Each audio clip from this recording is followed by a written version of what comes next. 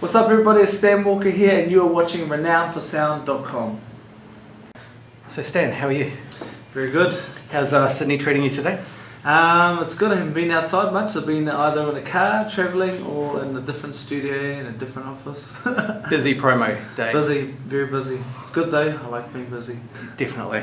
I want to start off by asking you about your latest single, Holding You. Can you tell me a little bit about the track, basically the inspiration behind it and the theme that runs through the song? So this is mine and Ginny Blackmore's new single, and we wrote this song together, and we didn't know what we were going to write about. We didn't know what was going to happen. I didn't know what was going to happen because I thought that we were so different, and I was like, oh, this might just be a big fat fail, but it was a big fat success in terms of the writing and the singing together and the ideas, and the writing and the collaboration just was so natural and organic, and for me it was kind of a match made in heaven because we're so different as singers as well. Yeah. Because I'm more of a raw and she's a whisper, but we had to meet each other halfway and complement each other on things that we didn't have and we did have and all this jazz. But it's a song about the reality of love, the imperfections of love, and how actually perfect that is, because you kind of grow and you appreciate what you have, where these various fairy tale loves that everybody talks about are so perfect that there's no blemish in it, but that's not true. And then there's the gangster love, like shawty boo, get on me, blah blah blah, and all that sort of stuff. But we wanted to talk about on behalf of our own experiences with love, and so yeah, it's a real song. It's a song about love, but it's a song of appreciation of the love that you have, the good and the bad, because you're not going to get something that's just good. The bad has to come with good, and it's all right because you love them regardless. And so it was our two different experiences and two different point of views of what we think love is, and it worked. And I love singing the song, and the song for me is probably, because I've been working on my album for the last 2.5 years. I never thought it was going to take this long. I thought it was going to take a year, but it's taken this long, and for good reason, because I felt like only in the last 6 months that I've found truly what I want to do, who I want to be, how I want to sound, and it doesn't fit in with the trend of now or the trend of then and the trend of what's to come. It's just what I am, who I am as an artist, and what I feel I want to give to people, and what I feel I want people to hear from me. And this is the first kind of taste you get of that album, and it took me a while to find the first single because we were never truly 100% satisfied or in all aspects, in terms of radio, in terms of the people, the sound, what would represent this album, me, for the rebranding, the relaunching of Stan Walker. So this in a lot of ways is the beginning of something new in a whole lot of ways. A new chapter in your career. Exactly. What attracted you to working with Ginny on this single, and how did that collaboration come about? Well, I've known about Ginny for years. I remember hearing her sing about 15 years ago, and I was blown away by her. And we have mutual friends, like our closest friends are each other's friends. So always convenient. Yeah, which is really cool. So I knew everything about her, and we met, and she contacted me, and it all happened. But like, it's so good to just have her in this part of my life, because she's a good friend of mine now. We've become really close as friends, and she's awesome, man. She's so talented, she's freakishly talented. Like, she is a beast songwriter, an incredible singer. Like, her voice is out of control. So yeah, like, oh my gosh, this just, for her to be a part of this new chapter and this song to be the beginning of this new chapter is pretty cool. So the single's done particularly well. I mean, over in New Zealand, it's gone right up to the top of the charts. At this stage in your career, is there a pressure for you on yourself or from a label to have singles and albums that perform exceptionally well in the charts? There's always a pressure, Yeah. whether it's from the label, radio, fans, but ultimately the greatest pressure is from myself. Yeah. Because I'm so hard on myself and I expect a lot from myself. Even when I feel like I don't even have it, I still expect it. Because I kind of know what I'm capable of, but I feel like I'm a bit more capable of what I think I am. Yeah. Because there's things that have happened in the past that is me and what God's given me is more capable than what I even know it is. Does that make sense? Definitely. So I'm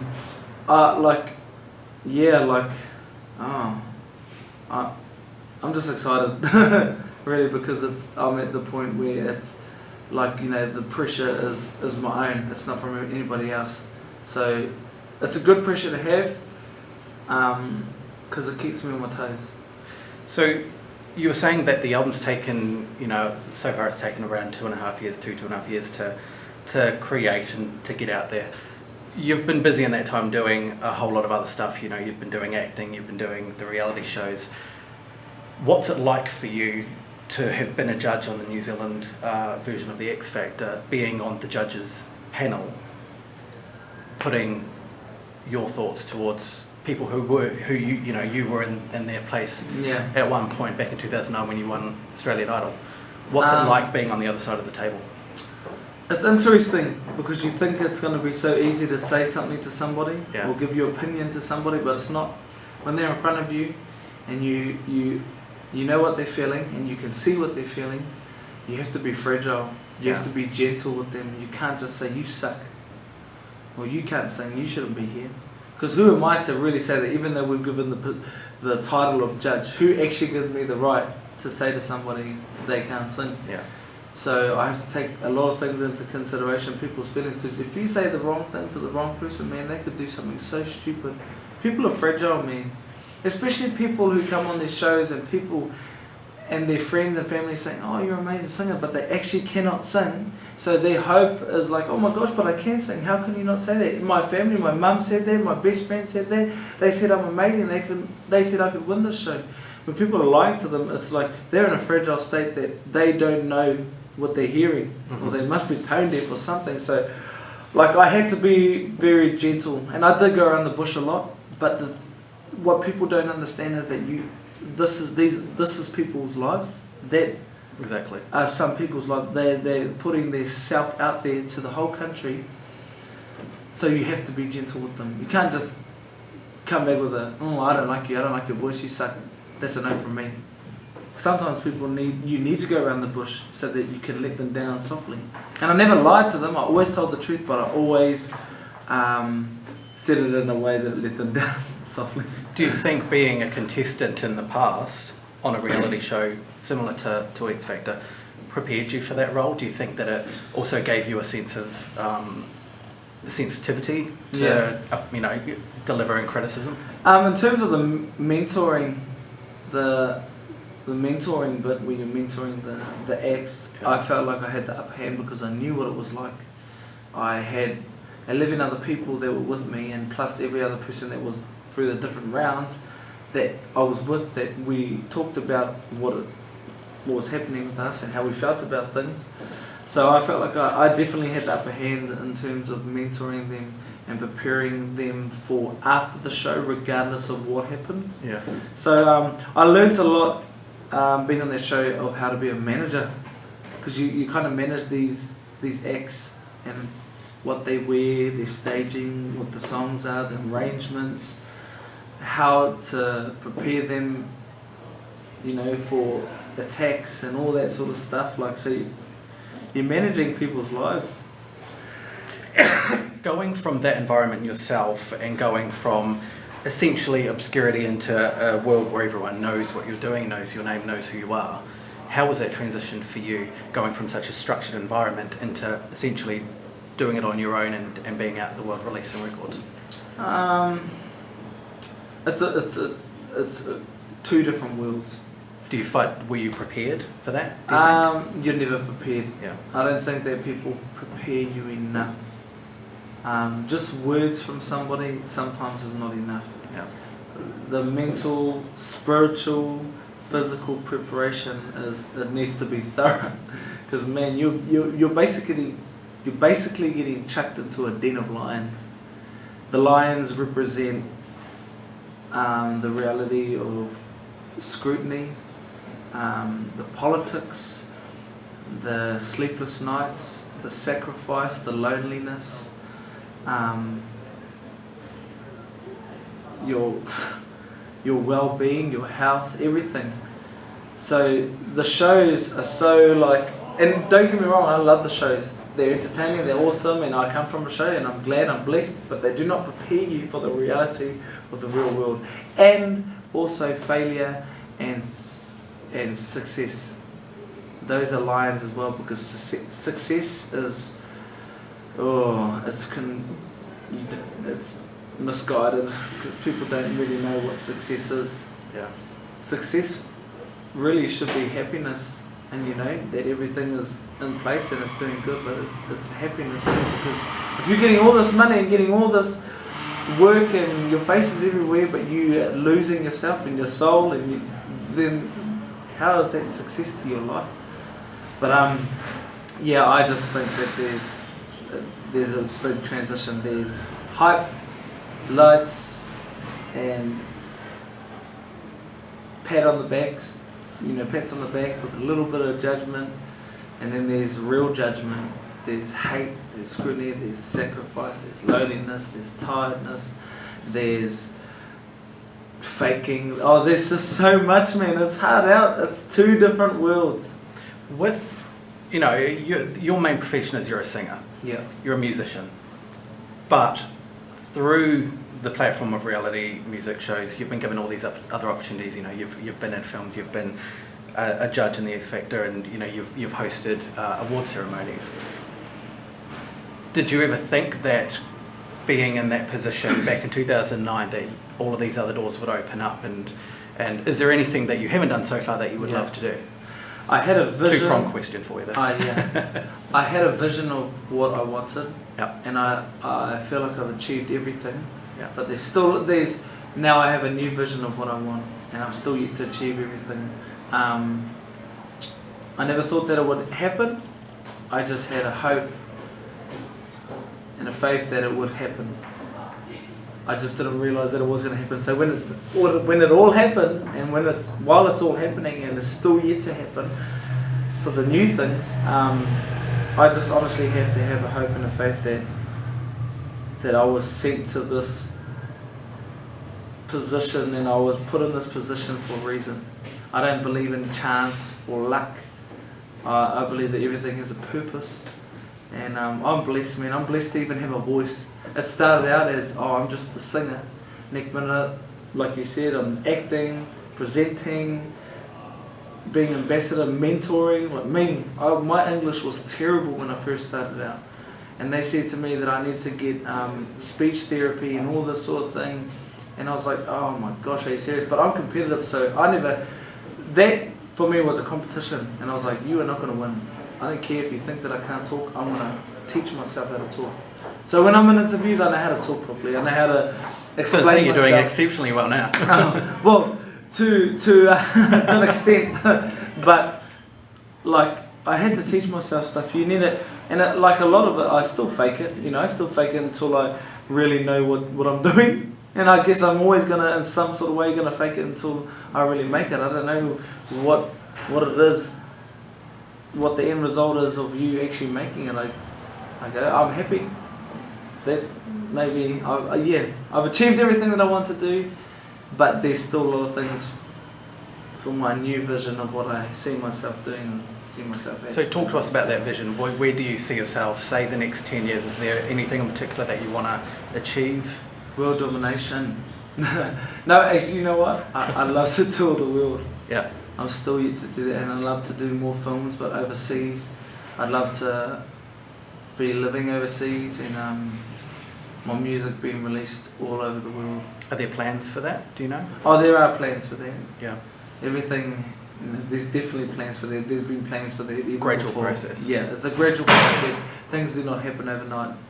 So I want to talk to you very briefly about Beyonce, Yep. because you're a very big Beyonce fan, Yes. and you were given the opportunity to fill in for a support slot when she came over to do her Miss Carter World Tour last year. What was that experience like? And did she pass on any advice to you that you hold with you now as a musician and an artist? That was an incredible experience. Yeah. Like, it's hard to get excited, and it's hard to tell you how excited I was, and still how it blows my mind, because it just. I have to prepare myself for this sort of thing. Like, when it comes Beyonce, I'm live. But that was the most incredible experience, time, exposure, everything you could think of, or for me, everything I could think of what I did and what I got to do, and how it all happened, and how it all folded out, and the people involved, and the experience, and what I learned from just the team, from how they were, their characters, them as human beings, was like this is the thing, the greatest thing that I learned. Their actions spoke louder than their words. Yeah. And your team is only a byproduct. So I'm the boss of my team. I'm the creative director when it comes to me and my band and everything like that. And there's every other different person that has their say in their part. But ultimately it's on me. So they're a reflection of me. I've toured with many people, many different American acts, big American acts, and sometimes the reflection was not so well done or well organised, and her team was the most graceful, honouring, professional, incredible, beautiful, and talented team ever. They treated me like I was her. And she, when I met her, she was just like Grace. And she was so peaceful and so beautiful.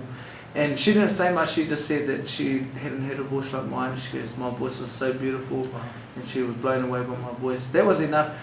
I think my thing was that I got to say something to her.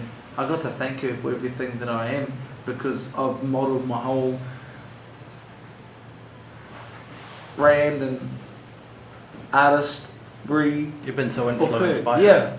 Were you scared about meeting her? Because obviously, there are times Hell where yes. meeting an idol can go bad and then you're completely traumatized. Yes, I was Was scared. it apprehension? Yeah. No, I was so scared, because I didn't want to meet her. I didn't want to touch her. I wanted to keep it a fantasy. But even if she was a bitch to me, I don't care. I'm like, yeah. She Still took something away from her. She talked to me. So last question I've got, going back to your album, when can we expect it to land, and what can we expect? Definitely towards the end of the year. We haven't set a date yet. We're working on that. You can expect, I think if I could put it in a whole, if it could sound like something, it would be urban pop with a twist of reggae and a hint of dubstep and grime. Wow, it's a nice mix. Yeah, I want to mix it up. So, and these are the things that I love, and I've put them all together, and hopefully it works. If it doesn't, well, it doesn't work. That's on me. Brilliant. Thank you very much. So, thank you.